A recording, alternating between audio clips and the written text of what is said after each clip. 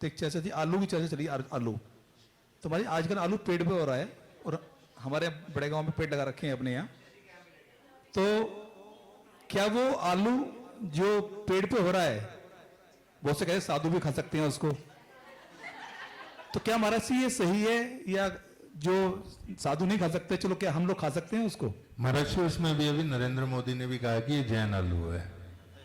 अभी एक टीवी में इंटरव्यू आ रहा था उसका, उसने कहा कि ये जैन आलू है।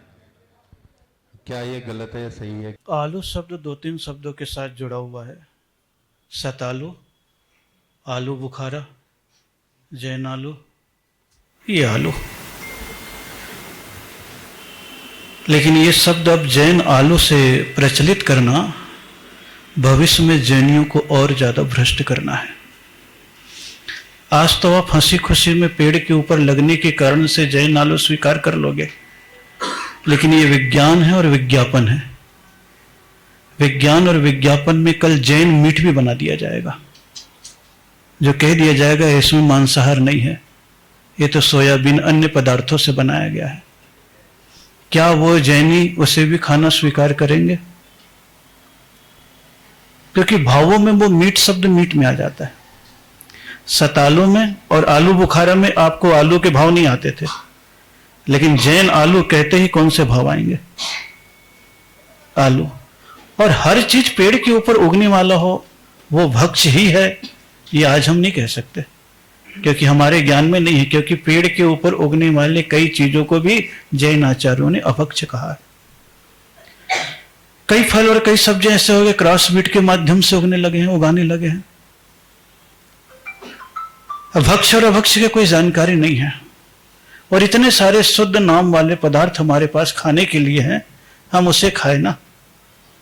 सारे जैनी तड़प रहे थे आलू खाने के लिए, इसीलिए जरा सा एक जैन आलू के नाम से व्हाट्सएप आया और पूरे जैनियों ने फटाफट व्हाट्सएप कर दिया कि लपक लो, खा लो, छूट मिल रही है। और किसने बोला? बोले। तो किसी के कहने से कोई चीज योग्य हो जाए ऐसा नहीं है। हमारा विवेक है, भक्ष और अभक्ष का परीक्षण है। मान्यता बहुलता की हो जाती है तो कई चीज स्वीकृत हो जाती है। लेकिन मेरा प्रति प्रश्न यही है कि कल अगर कहीं जैन मीट बना दिया गया, जैन बिरयानी का आप कितना वो करते हो, यद्यपि कुछ नहीं है, लेकिन शब्द से बिरयानी में कहां दिमाग जा रहा है? दिमाग कहां जा रहा है? तो बोले दिमाग अगर वहां चला गया तो जैन शासन में तो चौके में अगर किसी ने धोखे से भी कह दिया महाराज ये समोसा आलू का है, भले केला का बनाया हो, तो साधु सुन करके लेता तक नहीं है, लेता तक नहीं है। तो विचार कीजिए। और फिर कहीं मांस का उस समय याद आ गया तो मांस शब्द सुन के भी अंतराय कहा गया है। तो यहां आलू शब्द से कोई प्रयोजन नहीं है। आलू तो कुछ भी नहीं है। आलू को तो क्या है, जैन शब्द को देखोगे तो कंद और मूल है, तो एक में महादोष है, एक में अल्प दोष है। उबालने के बाद कई दोष खत्म भी हो जाते हैं। तो इसलिए स्वीकारना न स्वीकारना अलग बात है, लेकिन एक बात को विचार करते हुए जैनी लोग जिए कि कल अगर इन्होंने जैन मीट बना दिया जैसे जैन आलू, और किसी नेता ने उस समय ऐसा ही प्रचारित कर दिया, और उस समय समाज उस बात को मान करके आगे बढ़ गई, खाने पीने लग गई, तो फिर भविष्य में जैनत्व के आचरण का क्या होगा? धीरे धीरे हम उसकी ओर घुसते चले जाएंगे। और एक बार जैनी घुस गए तो कहा गया है शेर के मुख में खून लग जाता है तो फिर शिकारी हो जाता है।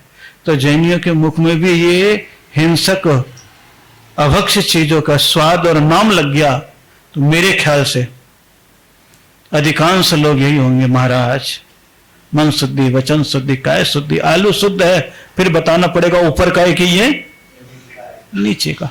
तो इसलिए विवेकशील समाज विवेक के साथ कार्य करे। अभी मैं नहीं कह सकता कि खा सकते हो या नहीं खा सकते हो। मेरा प्रश्न सबसे इतना ही है, अगर कहीं ऐसा बनाए तो आप क्या करोगे? क्या जैन मीट खा लोगे? बोले नहीं। आपके मन में वो कल्पना किसकी आ जाएगी? इसलिए जमी कंध है, छोड़ दिया, अच्छी बात है, बहुत सारी चीजें हैं, उसे आप खाइए जो भक्ष्य माने गए हैं और समाज में स्वीकृत है। और जब भीड़ सब चीजों को स्वीकार कर लेती है तो धीरे धीरे सब स्वीकार कर लेते हैं, क्योंकि स्वीकृतियां समय के साथ बदलती हुई है।